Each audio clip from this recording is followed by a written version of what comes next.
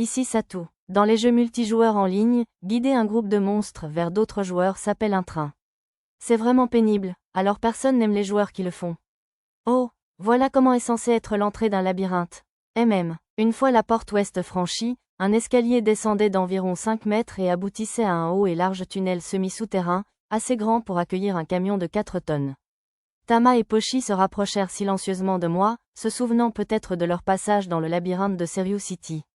Elles observaient constamment les alentours avec attention, leur insouciance habituelle ayant disparu. Cela sembla affecter les autres filles, qui commencèrent à prendre un air plus sérieux. Il ne faut pas trop s'inquiéter, mais cette prudence était probablement acceptable. Des fenêtres grillagées près du plafond laissaient entrer un peu de lumière, pas assez pour lire facilement un livre, mais suffisamment pour marcher sans lampe torche ni lanterne. Au-delà des fenêtres grillagées, on apercevait parfois les pieds des soldats en patrouille. D'après ma carte, cet endroit s'appelait le chemin de la mort et ne faisait techniquement pas partie du labyrinthe. Le couloir tournait à une trentaine de mètres, nous ne pouvions donc pas voir l'entrée du labyrinthe. Il y avait une porte coulissante en fer près du coin, qui pouvait être fermée en cas d'urgence. Entre cela et les soldats en patrouille, ils avaient certainement pris de nombreuses mesures contre les monstres en fuite. J'ai vu sur mon radar que 4 explorateurs approchaient devant nous. Leur niveau était assez bas, autour de 7 à 9 noms. Si un chevalier moyen était de niveau 10, je supposais que cela en ferait des explorateurs de niveau moyen. L'un d'eux semblait grièvement blessé. Quelqu'un arrive? Je sens une odeur de sang, monsieur. Tama et Pochi furent les premiers à remarquer l'approche du groupe d'explorateurs. Peu après, nous les avons aperçus au coin. Nana, protège Arisa et Lulu, ordonna immédiatement Lisa. Compris. Et Mia? Je me suis demandé, mais j'ai vu Lisa se déplacer devant Mia elle-même. Je suis Gégé de Glace Rouge, mais si vous voulez vous battre, il faudra attendre. On a une blessure grave. Le jeune homme en tête nous a fait signe en criant. Glace Rouge semblait être le nom de son groupe. Je ne pouvais pas voir le visage du blessé d'ici, mais son armure était déchirée et la chemise qui entourait la blessure ruisselait de sang. Ouah, ça a l'air vraiment grave. Maître? Arisa et Lulu tremblèrent à cette vue. Elles avaient vu toutes sortes de brigands et de pirates se faire blesser, mais avec l'obscurité et l'atmosphère générale des lieux, peut-être se projetait-elle sur la personne blessée cette fois-ci. Satou, Mia m'a demandé la permission d'utiliser la magie de soin, mais j'ai levé la main pour l'en empêcher. Je m'appelle Satou, nouvelle exploratrice. Veuillez utiliser ce remède si vous le souhaitez. Sur ce, j'ai sorti 2 potions magiques diluées dans mon sac de garage. À leur niveau, ça devrait être largement suffisant. Désolé, mais on n'a pas d'argent. On pourra te payer quand notre chef nous aura rattrapés après avoir vendu les noyaux. C'est trop te demander de nous laisser utiliser ce remède à l'avance? Non, vas-y, je n'avais pas prévu de les facturer, alors j'ai simplement hoché la tête et donné les fioles à Gégé. Hein? Ce sont des potions magiques? Oui, c'est ça. Et surtout, tu ferais mieux de les faire boire à ton ami tout de suite. D'accord, on te doit bien une fortune. La première fiole a restauré près de 60% de la santé du blessé.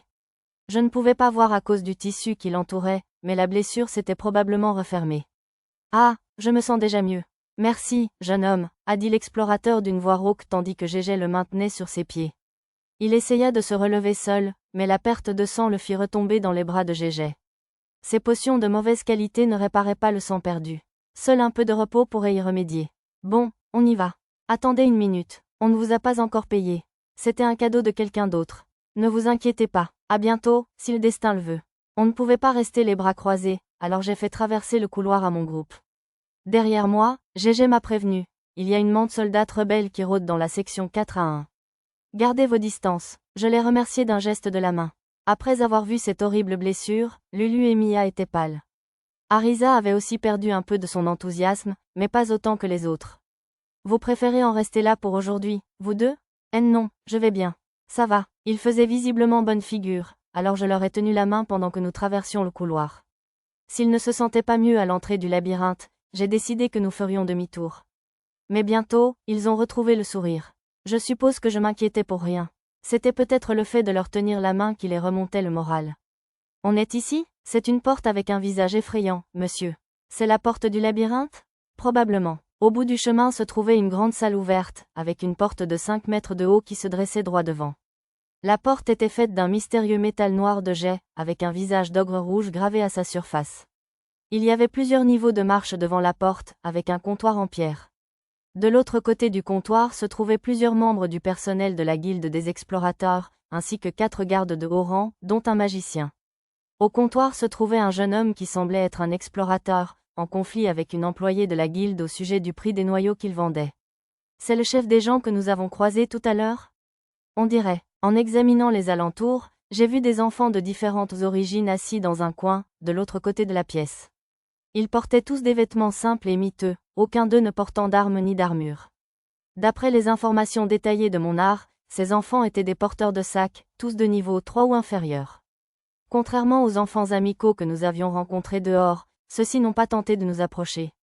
Des gosses? Beaucoup d'enfants, monsieur. MRRR, Pochi, Tama et Mia ont incliné la tête, perplexes. Ce mouvement, visiblement imprévu, était si bien coordonné que je n'ai pas pu m'empêcher de sourire. Arisa semblait agacée de ne pas avoir participé à l'action. Bien qu'aucun des enfants porteurs de sacs ne nous ait adressé la parole, tout leur regard était rivé sur moi. Que croyez-vous qu'ils font? A murmuré Arisa. Leurs yeux sont effrayants. Lulu semblait mal à l'aise, un sentiment que j'approuvais sans réserve. Comme c'étaient tous des enfants, j'avais peur que Nana essaie de les enlever, mais... Ils ne sont pas assez jeunes, je m'en fiche. Elle apaisa mes craintes. Maître, par ici. Arisa m'a fait signe de m'approcher d'un panneau d'affichage près du comptoir. Plusieurs prospectus y étaient affichés. Des demandes de pièces de monstres? Aucune demande ne venait de la guilde. La plupart provenaient d'artisans, de commerçants, etc. Une petite poignée provenait de nobles ou de marchands. La moitié inférieure de chaque prospectus était vierge, avec des dates, des noms et des numéros d'identification inscrits. C'est exact. Au lieu d'Arisa, la personne qui a répondu à mon murmure était un beau jeune homme accroupi près du panneau. D'après mon art, il était le fils d'un marchand de Labyrinth City. J'imagine qu'un jeune noble comme vous n'a pas besoin de quelqu'un pour lire ou écrire, mais je peux vous indiquer les meilleures affaires si vous le souhaitez. Il était probablement là pour gagner un peu d'argent. Le taux d'alphabétisation dans cette région était assez bas, ce qui rendait les services de lecture et de dictée très demandés. Je lui ai tendu de la monnaie et l'ai interrogé sur ses prétendues affaires. La viande des grenouilles du labyrinthe et les carapaces des monstres scarabées sont toujours très prisées, alors je les recommande. C'est délicieux, marmonna Lisa à côté de moi en hochant la tête avec sagesse. Elle devait se souvenir de notre barbecue dans le labyrinthe de Serious City. En les regardant, je vis que Tama et Pochi hochaient la tête d'un air sérieux. Ils imitaient sans doute Lisa. Et cela, comme le nectar de fourmi ou les champignons du labyrinthe.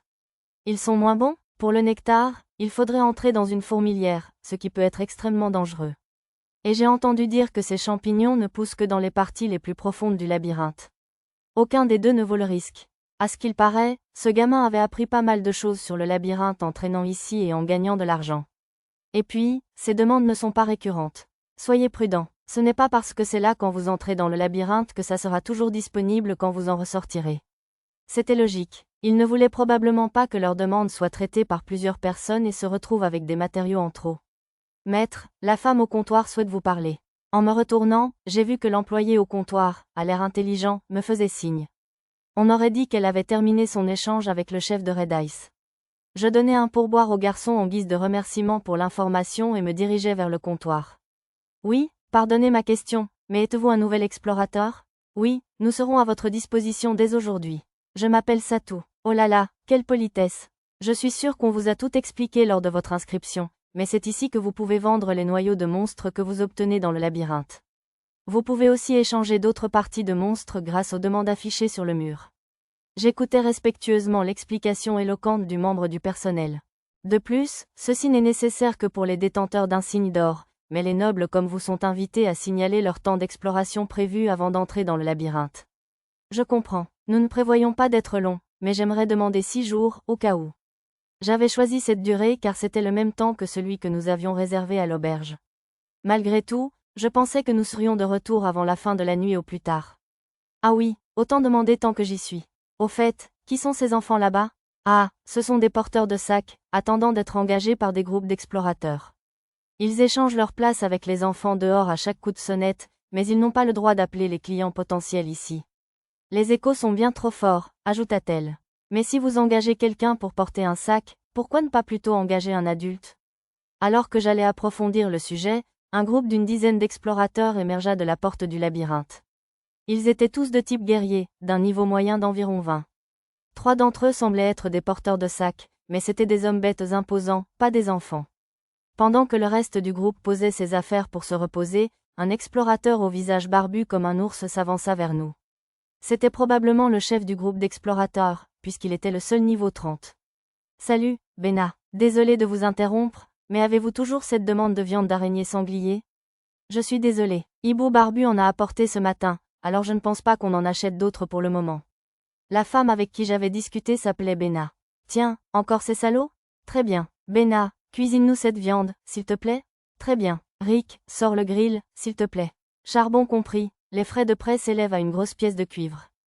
Pour mon travail, je te facturerai juste un morceau de la meilleure viande de dos. Tu es un petit renard rusé, hein? Après avoir remis une grosse pièce de cuivre au commis, l'explorateur à la barbe d'ours se tourna vers les enfants. Eh, les gosses, je vais vous offrir de la viande aussi, d'accord? N'oubliez pas de me remercier avec un compliment de votre choix avant de manger, comme « Vous êtes trop cool, monsieur Dozon » ou « Merci, monsieur Dozon ». Les enfants poussèrent des acclamations si fortes que j'en eus mal aux oreilles.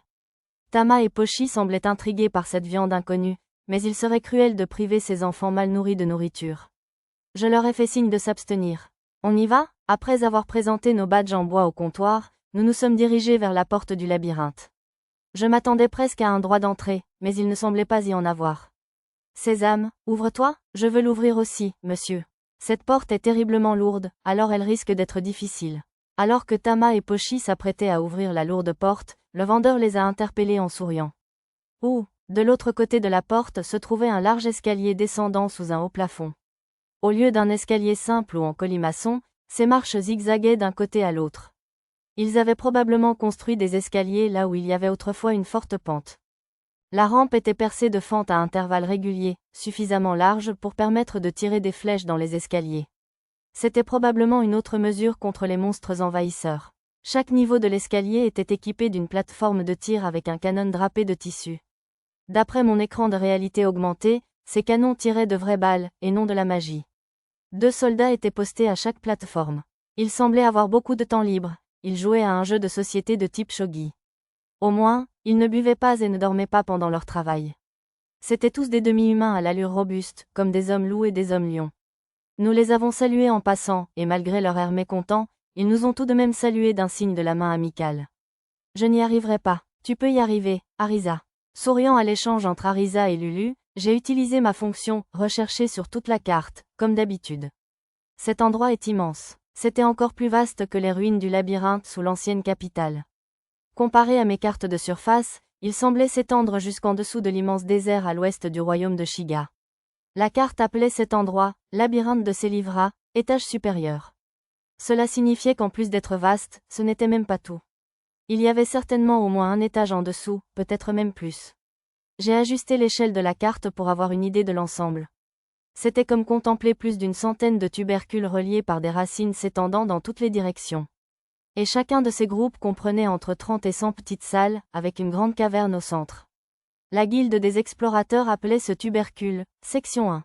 Il y a aussi des tonnes de monstres. En cherchant des monstres sur ma carte, j'ai été assailli par tellement de résultats que cela aurait probablement ralenti un ordinateur de façon spectaculaire. Heureusement, j'ai pu annuler la recherche, donc je me suis concentré uniquement sur les quelques sections les plus proches de l'entrée. La première zone, la section 1, comptait plus d'explorateurs que de monstres. Cette fois, j'ai cherché tous les explorateurs de la section 1 et des sections 2 à 5, qui la reliaient directement, et j'ai constaté qu'il y en avait plus de 1500 au total. Il était rare d'en croiser un seul, la plupart voyageaient en groupe de 3 à 5 personnes. La distance jusqu'aux sections 2 et 4 était considérable, mais les sections 3 et 5 semblaient suffisamment proches pour permettre l'aller-retour en une journée. Dans cette dernière se trouvait un groupe d'expédition de plus de 10 personnes, toutes de niveau 20 à 30. Maître, y a-t-il encore des marches? On n'est qu'à la moitié du chemin. Tu devrais peut-être commencer à soulever des poids ou à courir pour gagner un peu d'endurance, Arisa. Aïe, Arisa avait l'air en larmes, mais je lui ai simplement tapoté le dos et j'ai continué à descendre les escaliers. Contrairement aux grands escaliers qui menaient aux ruines de l'Alaki dans les îles du Sud, comme il y avait d'autres personnes ici, je ne pouvais pas nous faire flotter avec la magie pratique. Je ne voulais pas trop la gâter, mais si elle ne pouvait plus continuer, je supposais que je pourrais la porter. Touchdown? On y est, monsieur. Ouf, enfin. Finalement, Arisa s'essouffla en plein milieu de l'escalier, et je me retrouvai à la porter sur mon dos. Maître, il y a une porte devant, je vous signale. Une grande. Effectivement, une double porte de 5 mètres de haut nous bloquait l'accès. On aurait dit qu'elle s'ouvrait en la poussant. C'est peut-être pour barrer la route aux monstres qui essaieraient de passer? demanda Lisa en poussant les portes. C'est ça, jeune fille. Bienvenue aux portes de l'enfer. Un homme renard de petite taille, en uniforme militaire, l'accueillit de l'autre côté. Qu'est-ce que tu veux dire par « porte de l'enfer » ? Arrêtez-moi. Aïe, capitaine. Un homme musclé frappa l'homme renard à la mâchoire. Il avait la carrure d'un troll ou d'un ogre, mais le capitaine était un humain ordinaire. Je ne vous ai jamais vu par ici. C'est la garnison de première ligne de l'armée du labyrinthe. Ne traînez pas trop longtemps. Choisissez simplement l'un des 3 chemins et entrez. Derrière les hommes se trouvait une caverne d'environ la moitié de la taille d'un stade de baseball, illuminée par magie et remplie d'environ 300 soldats. Ils étaient installés dans un campement près des 3 portes menant à l'intérieur, avec des canons et des canons magiques pointés sur eux. Les autres trous et portes, plus petits, semblaient avoir été scellés, probablement pour faciliter la défense. Capitaine, le chemin du milieu est réservé aux insignes de grenat, n'est-ce pas? Il faut dire ça aux gens. Tais-toi, j'allais justement le faire. Un second coup de poing atteignit le renard au visage. Une bande de brutes, par ici. Le chemin du milieu ne mène qu'à une salle appelée Hadès, qui descend au niveau intermédiaire du labyrinthe. On ne peut pas laisser des explorateurs inexpérimentés s'aventurer là-dedans et provoquer un carnage monstrueux en chaîne. Un carnage en chaîne ressemblait probablement à ce qu'on voit dans les jeux en ligne, où les joueurs attirent des monstres et s'enfuient, entraînant les monstres avec eux. D'accord, c'est un crime grave de provoquer un carnage en chaîne dans le labyrinthe, alors soyez prudents, compris?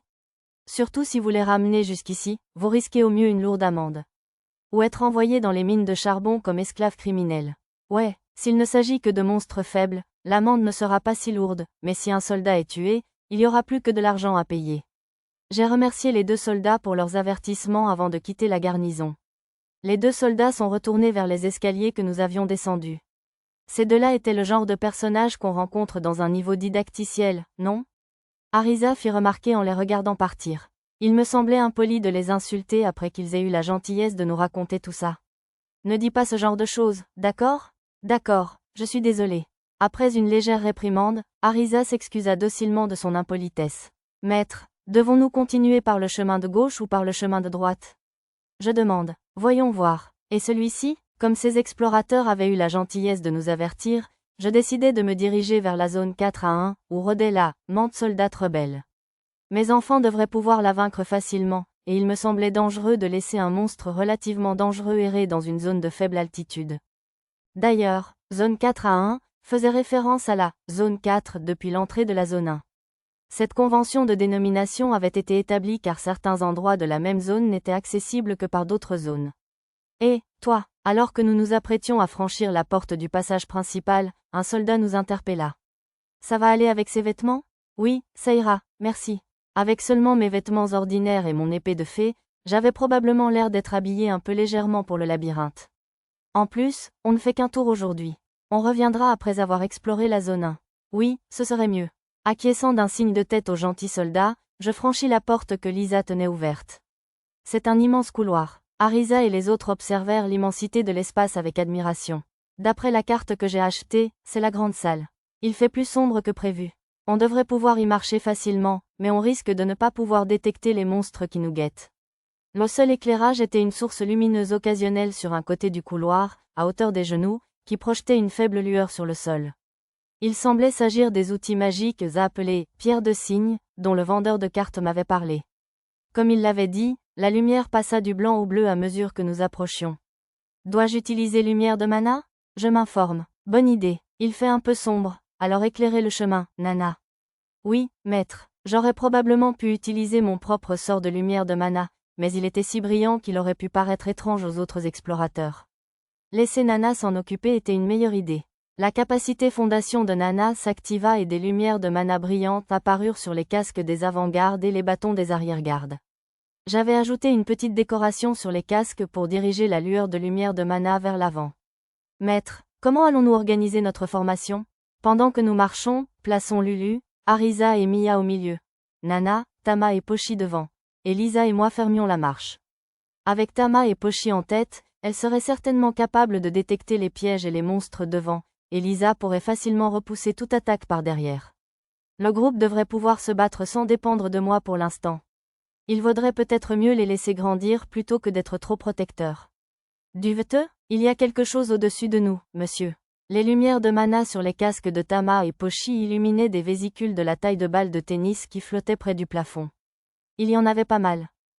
Des mangeurs d'esprit. Mia, l'air inhabituellement en colère, sortit un bâton de feu de son sac de fée. Activant vision spirituelle, je vis que les créatures attrapaient et mangeaient effectivement de petits esprits. Ce devaient être des monstres. Détruisez. Une boule de feu jaillit du bâton de Mia jusqu'au plafond, réduisant en fumée toutes les vésicules de la zone. Elles sont vraiment faibles. Comme l'avait dit Arisa, les créatures brûlèrent dès qu'elles entrèrent en contact avec les flammes. Une fois tous les mangeurs d'esprits détruits, Mia poussa un petit HMPH, de satisfaction évidente et rangea le bâton. Bon travail. Merci. Mia bomba le torse, et je lui caressai la tête en guise de réponse. Je vais chercher d'autres ennemis avec la magie spatiale. Arisa prépara son bâton et regarda autour d'elle. À moi ensuite. Très bien, on joue à tour de rôle. Mia connaissait aussi un sort de magie spirituelle efficace pour trouver des monstres, alors elle semblait vouloir contribuer la prochaine fois. C'est parti. Oui. Tama se boucha les oreilles au moment où Arisa lançait le sort. Je ressentis un flux magique similaire à celui du sort de magie pratique, signal. Non, rien, déclara Arisa. Des sbires, des petits lézards et des chauves-souris aussi, monsieur. Non, pas cela, leur répondit-elle. Je voulais dire qu'il n'y a pas de monstres. Oh, dommage, monsieur. Tama et Pochi regardèrent autour d'eux, déçus. Ils semblaient ne pas savoir quoi faire. Ne vous inquiétez pas, il y en aura d'autres quand on ira un peu plus loin. Le duo se redressa, et nous continuâmes notre exploration. La zone 1 semblait avoir été balayée de fond en comble par les explorateurs, il n'y avait quasiment aucun monstre. Des groupes de monstres empruntaient parfois quelques passages pour se déplacer, mais ils n'étaient reliés à aucun des sentiers empruntés par les explorateurs. Grâce à cela, ils ne se rencontraient jamais.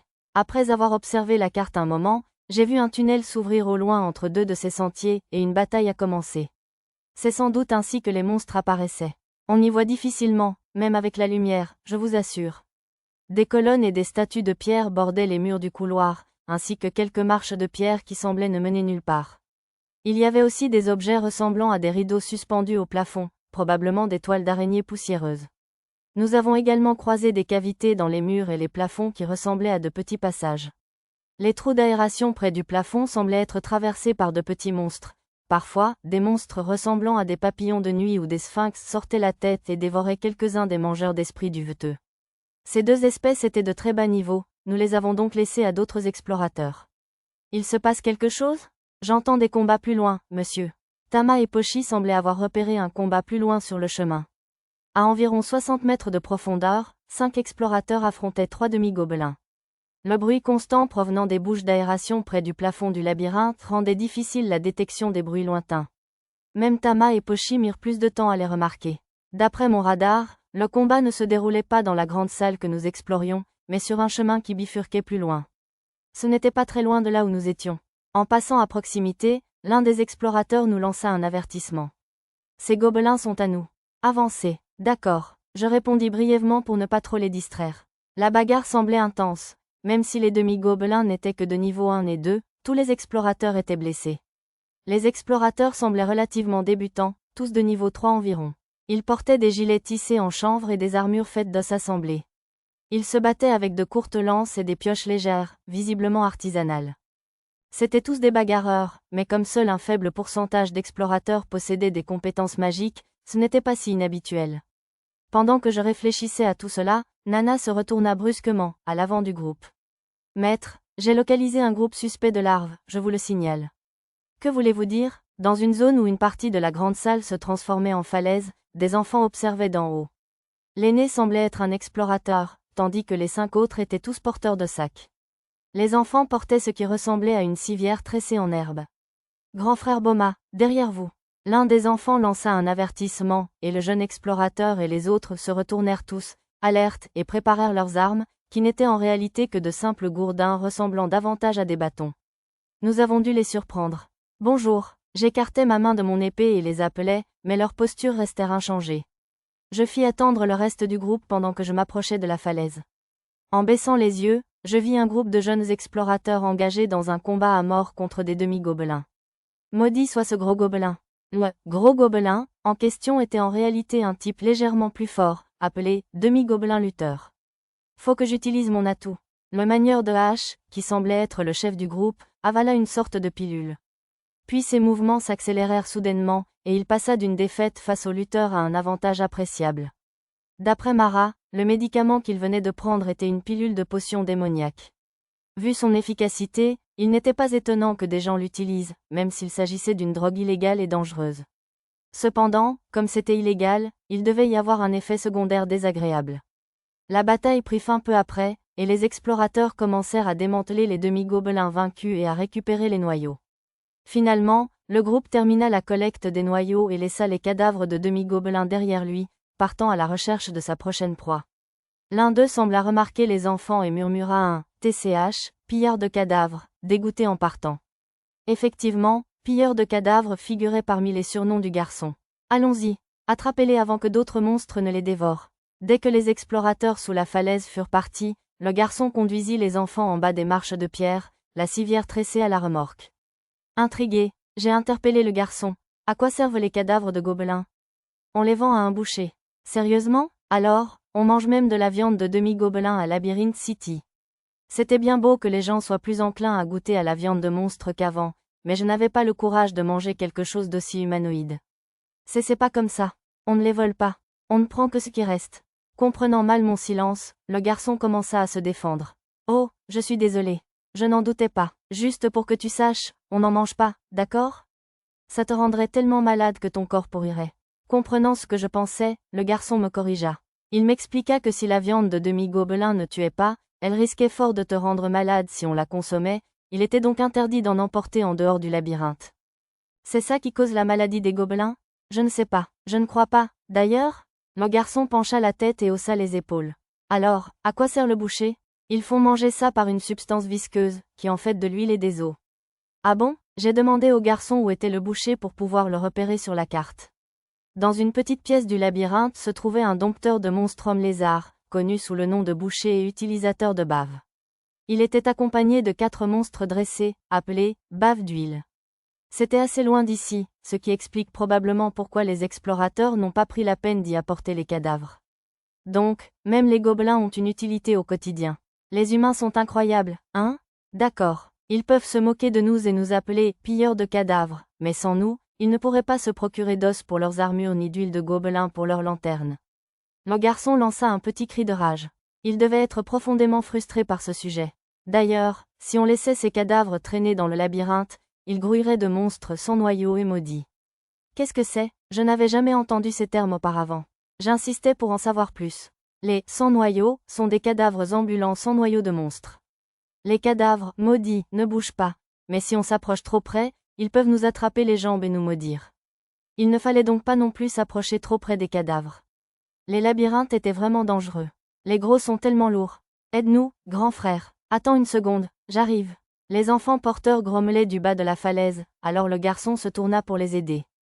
Avant de partir, je lui ai donné assez de pièces de cuivre pour le groupe en remerciement pour toutes les informations. Waouh, vous êtes sûr, monsieur? Bien sûr, merci d'avoir répondu à toutes mes questions. Et, à tout de suite. J'ai regardé le garçon descendre la falaise de bonne humeur, puis je suis retourné vers mon groupe qui attendait. Il y a vraiment peu de monstres à chasser dans la zone 1. En continuant dans la grande salle, nous avons vu de nombreux explorateurs débutants se battre avec acharnement contre des monstres et se disputer des victoires. Maître, les pierres indicatrices ont commencé à afficher un nouveau numéro, je vous le signale. Foueur, c'est écrit 1 à 4, monsieur. Le trio qui marchait devant avait trouvé une pierre indicatrice particulièrement imposante. Cela semblait être le carrefour entre le chemin qui contourne le reste de la zone 1 et la bifurcation vers la zone 4. À la limite de la portée de mon radar, j'ai aperçu des points rouges. Peut-être qu'on verra bientôt plus de monstres? Je dirais. J'ai hoché la tête vers Arisa en consultant ma carte. Les points rouges étaient principalement des fourmis du labyrinthe. Et des tonnes, qui plus est. Il y en avait près de 300 au total, répartis en groupes de 10 à 50. Il y avait aussi 3 groupes d'explorateurs et de porteurs fuyant les fourmis et se dirigeant vers nous. Ce devait être le « carnage en chaîne de monstres » dont les soldats juste à l'extérieur du labyrinthe nous avaient parlé. Ces monstres ne représentaient pas une grande menace pour nous, mais leur nombre était assez impressionnant. Pour les autres explorateurs présents, cela pouvait représenter un problème majeur. On dirait qu'il y aura bientôt de nombreux combats. Laissez-moi voir. Arisa semble apercevoir que ma réponse était lourde de sens. À moi. Ah oui, c'est ton tour cette fois. On avait alterné entre la magie spatiale d'Arisa et la magie spirituelle de Mia pour la détection, donc cette fois, ça devait être le tour de Mia. Sylphe de la lâcheté Okubiyu Nakaze. Mia utilisa un sort de magie spirituelle pour détecter les ennemis. Un vent jaune-vert traversa le labyrinthe, rapportant des informations à Mia. Satu, plein d'ennemis. Ne donne pas l'impression que j'ai plein de gens qui me détestent. Des gens qui arrivent? On dirait des insectes aussi, monsieur.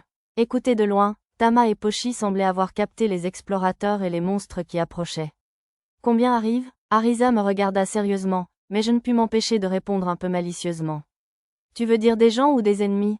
Des ennemis, bien sûr, rétorqua-t-elle aussitôt. 300. 300, maître, on devrait battre en retraite, je propose. Je suis d'accord avec Nana, maître. Lulu s'accrocha à mon bras avec anxiété. Ils furent tous prompts à prendre une décision prudente. J'imagine que des imbéciles qui voudraient affronter un nombre à 3 chiffres d'ennemis ne s'en sortiraient pas bien dans un labyrinthe, où il faut économiser son énergie.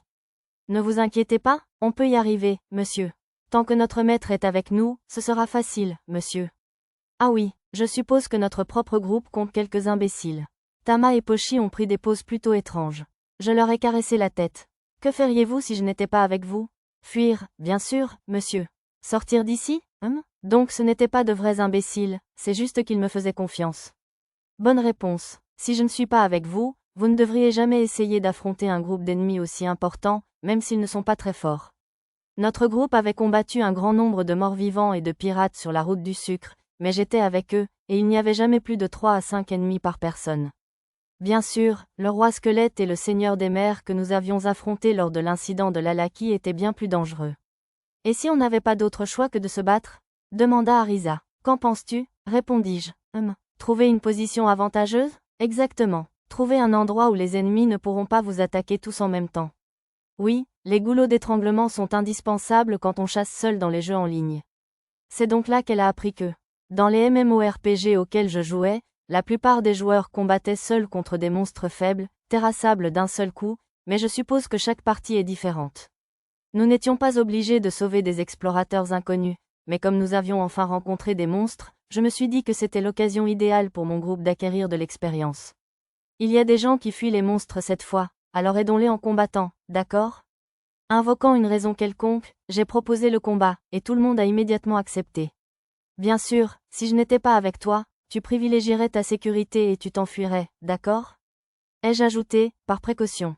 Nous sommes retournés un peu dans le couloir pour nous préparer au combat, dans une zone riche en gravats et surélevée, ce qui faciliterait l'affrontement avec un grand nombre d'ennemis. Si la grande salle était une rivière, ce serait comme si nous avions établi notre campement sur un banc de sable d'environ 3 mètres de haut. Le sol au fond de la rivière était encombré de gravats, ce qui rendait la course difficile. De plus, le seul moyen de nous rejoindre serait d'escalader un mur presque vertical ou de descendre sur une pente opposée à celle d'où venaient les fourmis du labyrinthe. Les seuls problèmes étaient qu'il était difficile de voir à plus de 150 pieds à cause des virages de la grande salle, et comme il y avait des explorateurs en fuite, nous ne pouvions pas leur tendre de piège. J'ai envisagé d'utiliser la magie de la terre pour améliorer le champ de bataille, mais le sol du labyrinthe semblait résistant à la magie de la terre, je ne sais pourquoi, alors j'ai décidé de ne pas insister. Oups, j'ai failli oublier. J'ai lancé enchantement, protection physique sur tous mes compagnons. Ennemis faibles ou pas, mieux valait être prudent. Ils arrivent? Ils sont là, monsieur. Un groupe de 2 hommes lapins et d'un homme rat a surgi de l'autre côté de la grande salle. Bien qu'ils ne soient pas encore visibles, il y avait aussi un groupe d'hommes derrière eux et un groupe de femmes humaines fermant la marche. Courez, et, il y a une nuée de fourmis du labyrinthe qui arrive par ici. Si vous ne voulez pas vous faire dévorer, arrêtez de rester là et filez. Le groupe d'hommes bêtes, flèches rapides, nous a lancé des avertissements en courant. C'étaient tous des guerriers, de niveau 7 à 10. Maître, le groupe suivant est arrivé, au rapport. Le groupe d'humains arriva ensuite, 3 explorateurs et 2 porteurs de sacs. Le chef des explorateurs était de niveau 13, les 2 autres de niveau 10. Les porteurs de sacs avaient une bonne constitution, mais ils n'étaient qu'au niveau 4. Allez, esclaves, ne laissez pas tomber ces bocaux de nectar de fourmis.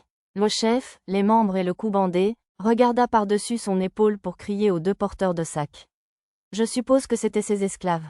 Si vous en laissez tomber, je vous coupe les bras et je les donne à manger aux fourmis. Sans répondre à la cruelle menace de leur maître, les 2 esclaves suivirent l'homme en silence. Besso, les belles ailes sont à la traîne. HMPH, je regrette de perdre Jenna, mais tant qu'on s'en sort avec 2 bocaux, on ne sera pas dans le rouge.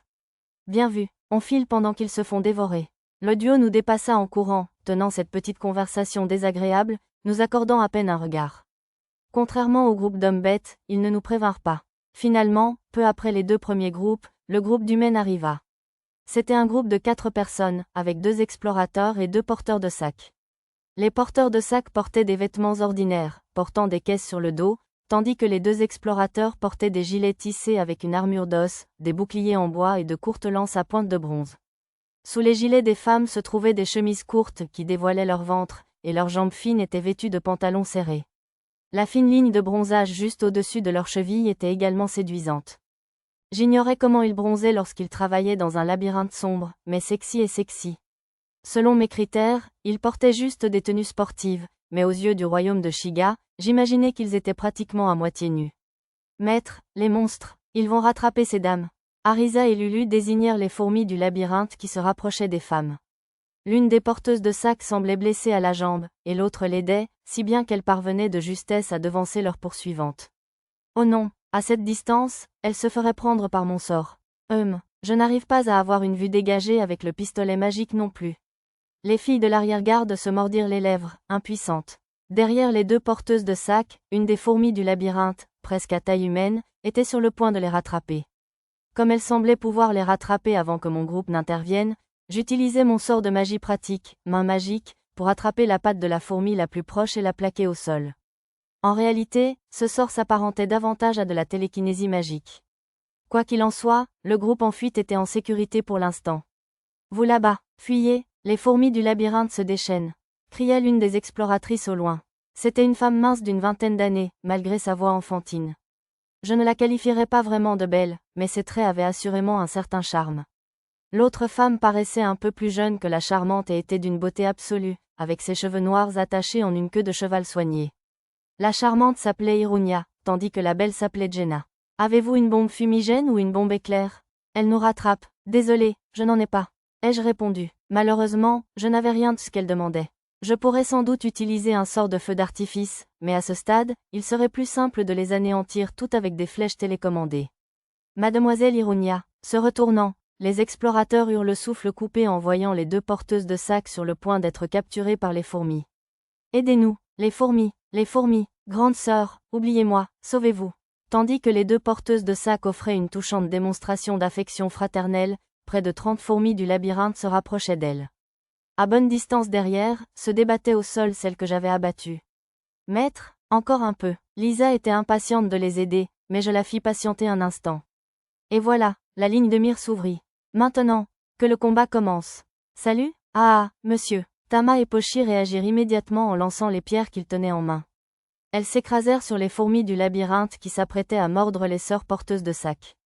Nana, utilise, provocation. Espèce de fourmis ouvrières idiotes. Travaillez jusqu'à en devenir chauve à cause du stress, je vous le déclare. La provocation de Nana fonctionna, redirigeant l'agressivité des fourmis vers elle. C'était bien beau, mais elle n'avait pas besoin d'aborder un sujet aussi sensible. Mizu Shibaru, garde d'eau. Piège dimensionnel ultra secret. La magie de Mia et celle d'Arisa s'activèrent à l'unisson, en voyant les fourmis du labyrinthe foncer au sol. Je crois que le sort d'Arisa s'appelait piège dimensionnel, donc le secret ultra était probablement dû à son enthousiasme.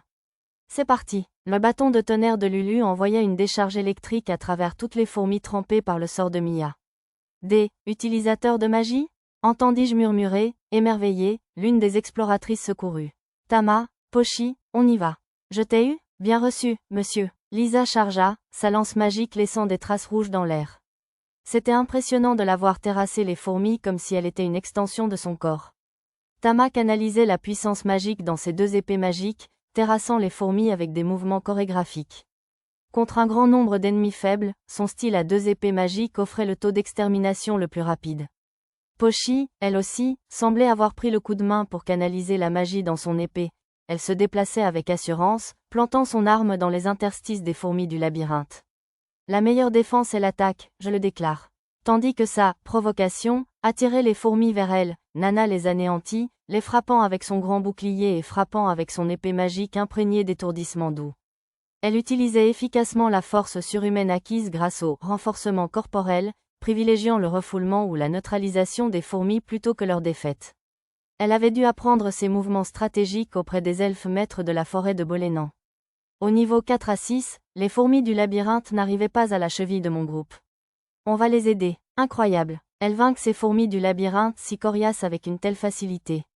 J'entendis des murmures impressionnés du duo d'exploratrices. Au début, elles semblaient sur le point de rejoindre Lisa et les autres, mais elles s'arrêtèrent et reculèrent. Ils avaient dû se douter qu'ils ne feraient que les gêner. Peut-être que cet éclair de magie a affaibli les défenses des fourmis. Le mode de suppression des foules de la bâton de tonnerre de Lulu devait leur ressembler à un sort. Merci, Seigneur noble. La charmante femme, qui semblait être la meneuse, s'adressa à moi.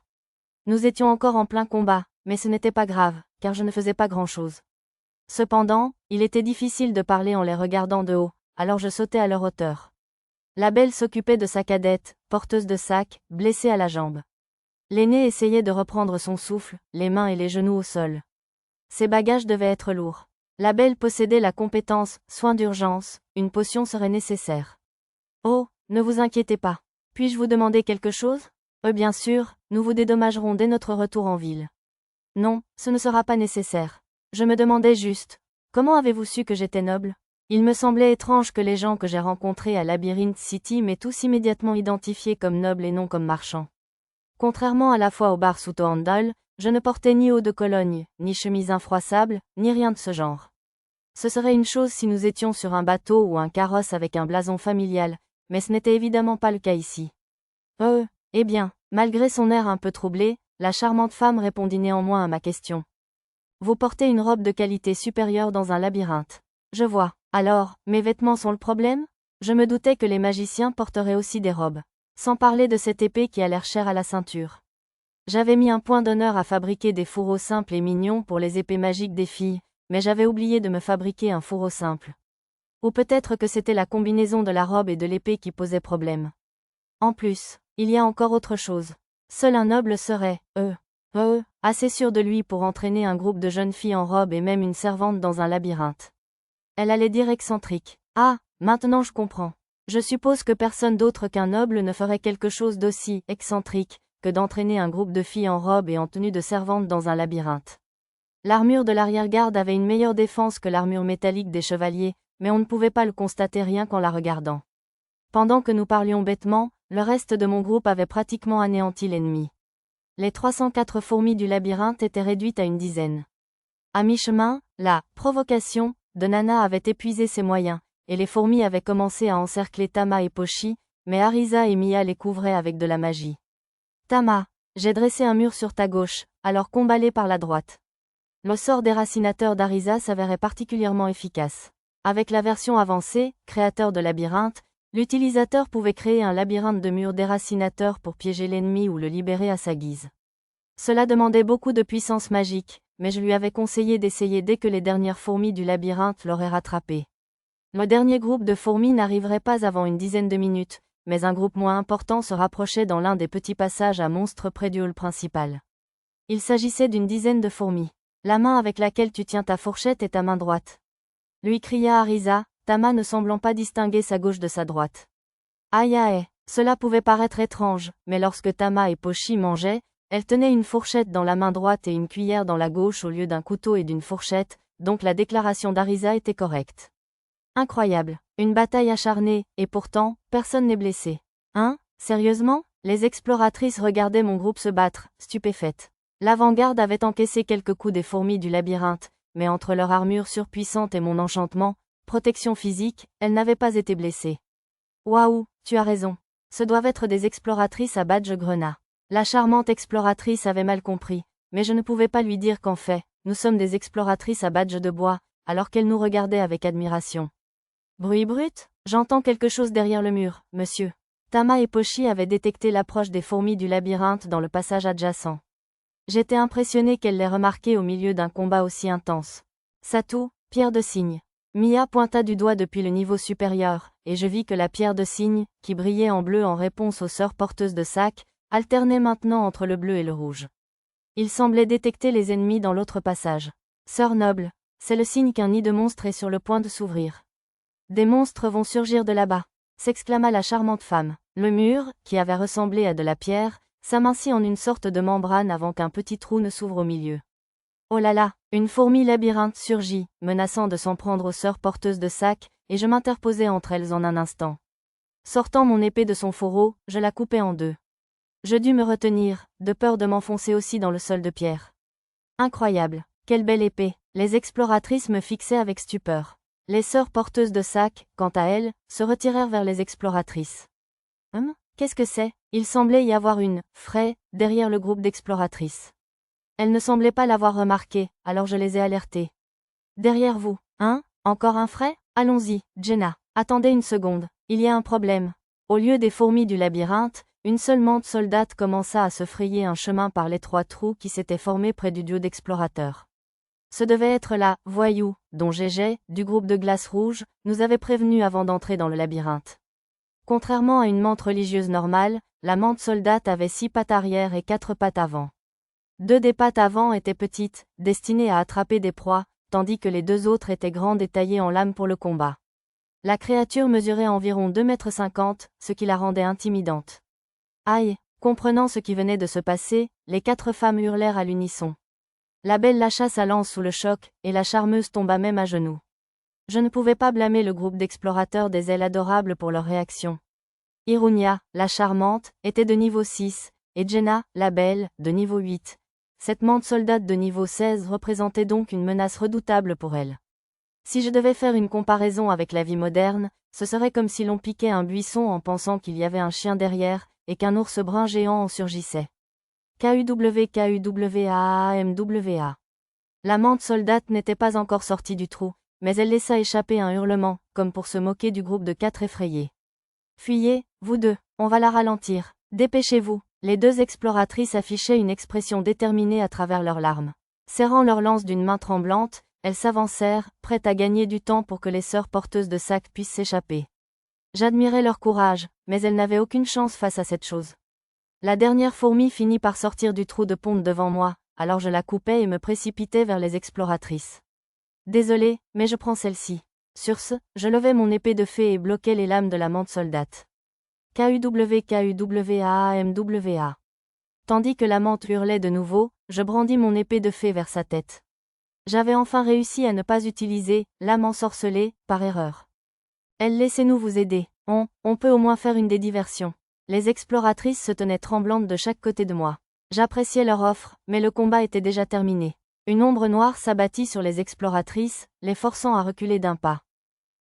Pas question. La tête de la mante roula sur le sol, provoquant un nouveau petit cri des 2 femmes. Le corps de la mante soldat s'effondra, crachant une flaque de sang vert. L'avez-vous attaqué? Vous êtes incroyable, Seigneur. Un peu gêné par le regard des 2 exploratrices, je me retournai pour voir comment allait le reste de mon groupe. Leur combat semblait presque terminé. Seigneur noble, vous nous avez sauvé la vie 2 fois. Merci infiniment. Les explorateurs et les porteurs de sacs me remercièrent à leur tour.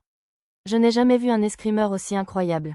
Moi non plus. Les explorateurs à l'insigne de grenat sont vraiment d'un autre niveau. J'avais l'impression d'avoir un peu exagéré, mais c'était normal pour un utilisateur d'épée en mithril de niveau 30. J'allais probablement bien. Je répondis à leurs remerciements d'un léger geste de la main, puis m'approchai de Lisa et des autres. Maître, devrions-nous commencer à collecter des matériaux? Juste les noyaux suffisent. Les carapaces des fourmis sont fragiles, elles ne seraient donc pas très utiles. Maître, pardonnez mon insolence, mais... Lisa exprima un rare désaccord.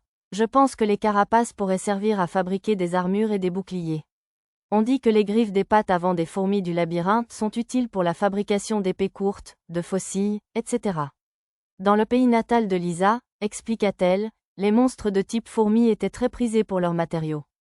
La carapace d'une fourmi du labyrinthe pouvait être brisée par une simple épée de bronze, mais elle était probablement plus solide qu'une armure en os de gobelin. Si elles étaient potentiellement utiles, il serait judicieux de les faire remonter à la surface. Je ne me souciais pas vraiment de gagner plus d'argent, mais cela pourrait être utile à quelques explorateurs débutants. On mange? On ne va pas griller la viande, monsieur? Après avoir récupéré les noyaux des fourmis du labyrinthe mortes, Tama et Pochi voulaient savoir s'il fallait aussi décomposer la viande. Mieux vaut ne pas le faire. La viande de fourmi est si amère que peu de gens choisissent d'en manger. De plus, si un enfant en mange, il risque une intoxication alimentaire. Je ne voulais surtout pas provoquer d'intoxication alimentaire. Tama et Pochi semblaient déçus, mais j'avais beaucoup de viande dans le stockage que je pouvais leur cuisiner plus tard, alors ils allaient devoir se contenter de pâtisserie et d'eau pour l'instant. Seigneur noble, ici. Irunia, la charmante exploratrice, me tendit des noyaux de monstres. Elle les avait récupérés sur les fourmis du labyrinthe que j'avais vaincues. La menthe religieuse était toujours intacte, cependant, peut-être ne voulait-elle pas s'en approcher. Merci, c'est à peine suffisant pour vous remercier de nous avoir sauvés, mais nous serions ravis d'aider à décomposer les cadavres. C'était gentil de la part de Jenna, mais je ne pouvais pas l'accepter. En fait, vous devriez probablement vous enfuir. Mes amis ici ont détecté par magie un autre essaim de fourmis du labyrinthe qui se dirigeait vers nous. Elles ne tarderont pas à arriver. Vous ne courez pas, Seigneur? On va d'abord les ralentir un peu. J'essayais de leur faire comprendre poliment qu'il valait mieux qu'elles s'enfuient rapidement. D'accord. Prenez soin de vous, d'accord? On vous remboursera pour aujourd'hui. Finalement, les exploratrices et leurs porteuses de sacs se levèrent pour fuir.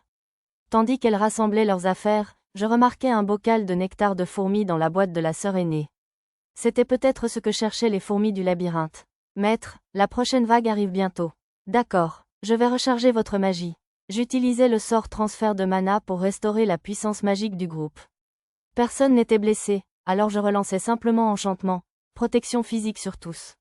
Elles sont là. Après cela, nous avons affronté plusieurs autres fourmis du labyrinthe. Après en avoir vaincu la plupart, nous avons décidé d'entrer dans leur nid. À l'intérieur, nous avons récupéré du nectar de fourmis, des sphères de nectar de reine et même de l'hydromel de nectar de fourmis naturellement fermenté, mais c'est une autre histoire. D'ailleurs, le petit groupe de fourmis du labyrinthe qui n'était pas venu vers nous a poursuivi l'homme appelé Bessot et son groupe d'explorateurs. Heureusement, personne n'a été tué, mais ils ont été grièvement blessés en atteignant le campement de l'armée du labyrinthe. Si je me souviens bien, mener une série de saccages dans cette zone était considéré comme un crime. J'ai observé un court instant de silence en pensant au sombre sort qui les attendait.